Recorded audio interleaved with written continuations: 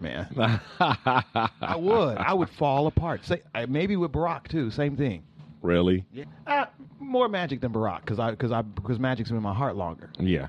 I couldn't like I said, even like sitting here just in my mind trying to vision what I don't know for sure. Like I don't feel like I feel that way about Oprah. Mm-hmm. You know what I mean? But Oprah is just so huge that I'm pretty sure that I would lose it.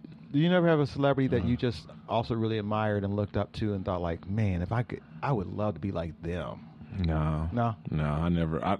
I hate people that do that. In fact, or you never saw any like. Well, I'll tell you. Okay, so one of my inspirations, and in the '90s, and I didn't quite get it in the '90s, was RuPaul, because RuPaul was the first out black gay American man, and he was out in the '90s, you know, and was still a star, and then has maintained his career this whole time being a drag queen of all things. Right. So when I met RuPaul, maybe 5-6 years ago, I was definitely starstruck, and I went and I didn't want to bother him because I know he doesn't like to be bothered. And then I met him again at a party at a friend was having. We have a mutual friend in common. And I'm like, this is my chance. I'm just going to do it. And so I just said, you know, because it was a party atmosphere, and I was like, I'm just going to say, yeah. And I told him, I was like, look, dude, you inspired me, you know, in the '90s and what you did, and blah blah blah. And I was really really touched that, you know, like they're just nobody else was repping black gay men. Right. You were the only representation I have, and like you helped me going, so thank you. Yeah. And so I got to take a picture with him and the whole thing, so it was really cool. I didn't blubber though. Right. But I did admire him for what he did. At the time, I don't think I worshipped him in the '90s, but later I saw him as like an elder and some person of respect. Mm-hmm. But Oprah's Oprah. Oprah's like, you know, Jesus. Yeah. Well, there was this one time when I have the story. It's a crazy story. It's a little bit fantastic. Where I kind of accidentally spoke to Mariah Carey on the phone. Hello, darling. Who's and this? This was like it was when this was back when she was real. No, when I'm saying she was like really, really like peaking. You know, I think this was like, to give you context, it was not long after Dream Lover. Okay. Okay, this is that Mariah Carey. Okay. And the way it went about was she wasn't British yet. The way it went about, me and my buddy Anthony, we were roommates, and I was that dude back in the day. Like I would just kind of like do things, you know, certain things that was kind of like, you know, like I would walk up to, like, if I could be at a restaurant and if there was like a table full of people having fun and laughing and having a good time, I would like just like put up a chair and sit next to them and just join in like I knew them. Like, wow. Yeah. I was that dude. I would just do stuff like that. So anyway,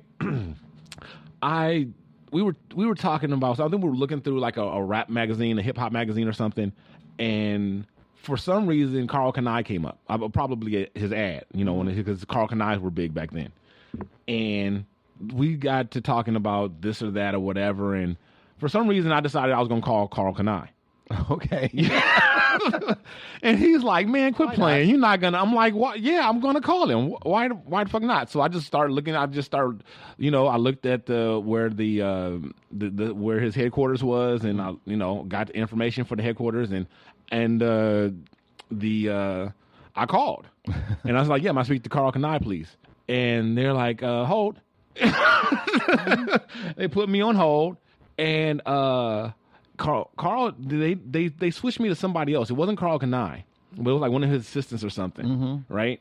And somehow there was some sort of bleed through or whatever.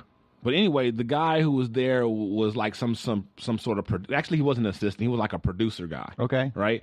And Mariah Carey is on the phone with this guy and me. Right. And I'm listening to Mariah Carey talk to this guy, and I'm like, and you talking about, I lost my shit. I ain't gonna lie, I lost my shit. I'm like, Mariah Carey. He's like, stop the line. It's like, here, listen. And he's like, oh my God, that's Mariah Carey. Right? And so we're listening to whatever. And then she's like, do you hear some guys in the background? Oh my God. He's like, yeah, I hear some guys. I don't know what that is, but like, she's like, anyway, how you been? I haven't seen you since you did the Dream Lover remix for me. And he's like, yeah, it's been a while. It's been a minute, whatever. I'm just up here chilling with Carl and you know. And after like a minute or so, then the line just went dead. But she was on the line at the same time. That's crazy. As me, right? And she actually heard me and my friend in the background, and we heard her. So yeah, that was. If you ever meet her, you should tell her that story. Oh, I definitely will. She'll be like, "That was you, darling." I've never heard her speak like that. That's all she talked about. I never heard her talk like that. Darling, and yes, she's all mannered now. Remember after she first divorced Tommy Mottola, and then she turned super wigger.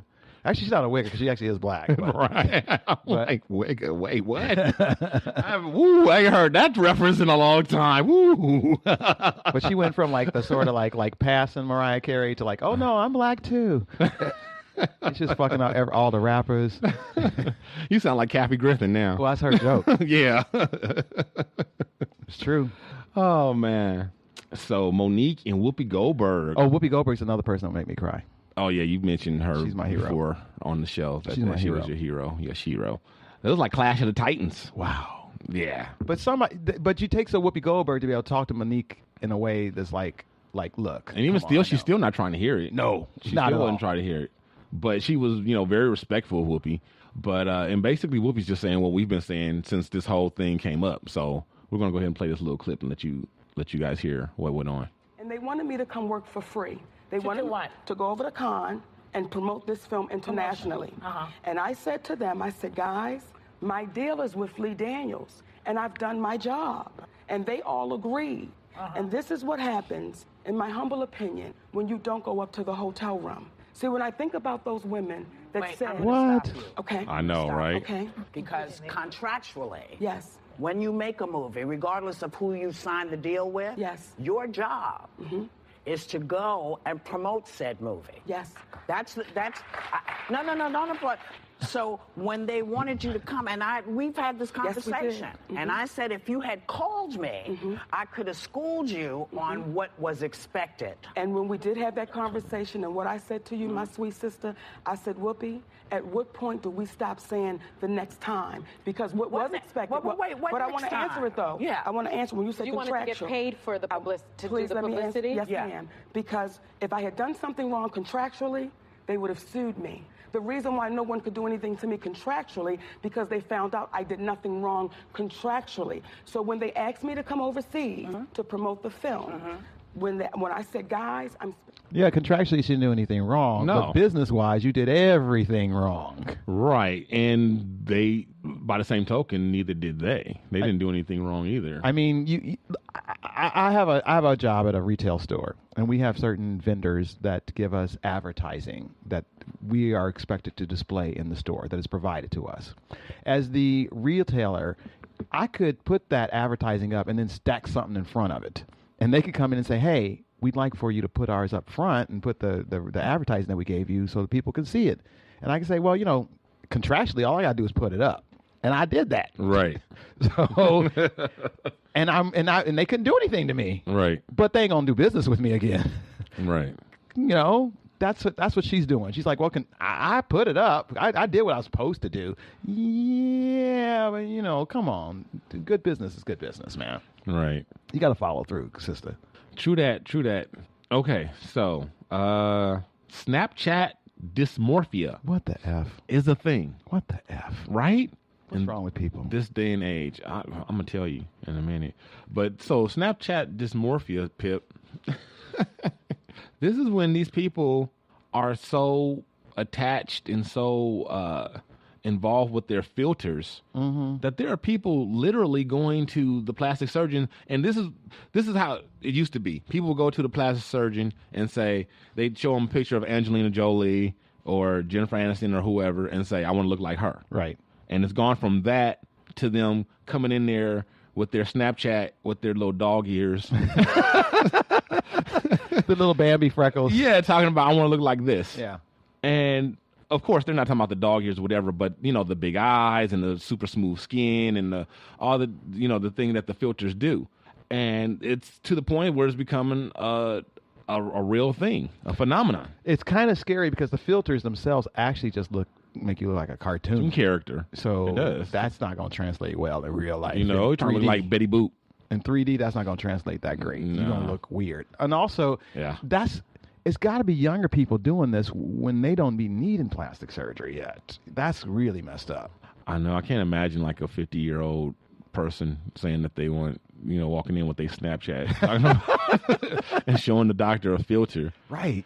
But the one doctor was saying that in a way it's an improvement, because he's saying that at least now, instead of saying I want to look like Angelina Jolie or whatever, they want to look like another version of themselves, and at least the base is them. Sure. So in that sense, it's an improvement, but overall, it's really not. And you know what I blame? You know what I think is wrong? What's that? It's just the world. We're too easy on the world. There's not enough. We haven't embraced Darwinism. We save too many people, and they're diluting the fucking gene pool. And then you get people like this. You get these weak-minded people and crazy people and people who want to look like cartoon characters and people who think they should. People running around thinking they should be born, should not have sight or should not have limbs, and all these different crazy things. Whatever. It's because we have diluted the gene pool. We want to save everyone, and we need to let some people sink or swim because the gene pool is weak. It's so weak because we saving everybody and we just fucking up stuff for ourselves, fucking up the future generations. And all these people weren't supposed to survive. Well, don't worry. When we get into that war with North Korea. But see, then that's bad because people are killed indiscriminately in war. You don't want. So, you saying we should do it in a way that's more methodical? No, it should be survival. We shouldn't intervene so much when people. Maybe cut back on some of the social services. All right. Let these motherfuckers die. Get rid of some seatbelt laws and helmet laws. Yeah, right. Let it go. Well, don't make it a law. If they don't have sense enough to put their seatbelt on, they're supposed to be dead. They're supposed to be. They don't have sense enough to put on a helmet while they're on a motorcycle. They're supposed to be dead. That's the natural way. Yes. I'm with you. But we're making these laws and we're prolonging the lives of these people who are supposed to have been dead. Who are taking up space. Taking up space, breathing up good air, and diluting the gene pool. Ranting outside of the Starbucks. And then they're birthing people who want to look like cartoon characters. That's what's wrong, and we need to stop it. Stop it. Stop it. Oh my God! Just let them die already. Can't stop saving everybody. You fuck shit up. Some people are supposed to die. Have you ever been on Snapchat? Briefly. Me too. Briefly. When I say briefly, I mean like a day. Yeah. Same thing. I had a friend same from CJ. She's that chick that's like, she's always trying to be younger than what she is, whatever, and always trying to be a little hip and a little too, and so she's all Snapchat, and I was like, let me see what this shit is, and I was like, this is for little kids, right? I'm too old to be fucking around with some Snap and some chat. Sound like a breakfast cereal. Snapchat and crackle and pop. Yeah, one day. Actually, somebody told me I should get on it because they're like, oh, you want Young Booty? That's where Young Booty is. I'm like, oh, okay. And I'm like, no, it's gonna have to come to me another way. I live by college. I think it'll come to me another way. Well, speaking of Young Booty, have you heard of Black Youngster and his hit single Booty? I cannot say I have. Well, I hadn't heard of him before this story either. And, people are at home probably asking themselves, why in the world is Dino talking about Black Youngster and Booty and his song Booty? Because Dino don't normally, discuss ratchet music. Well, there's something different about this guy. Okay. To promote his new single, again, entitled Booty. And this is his single Booty. He's having a contest.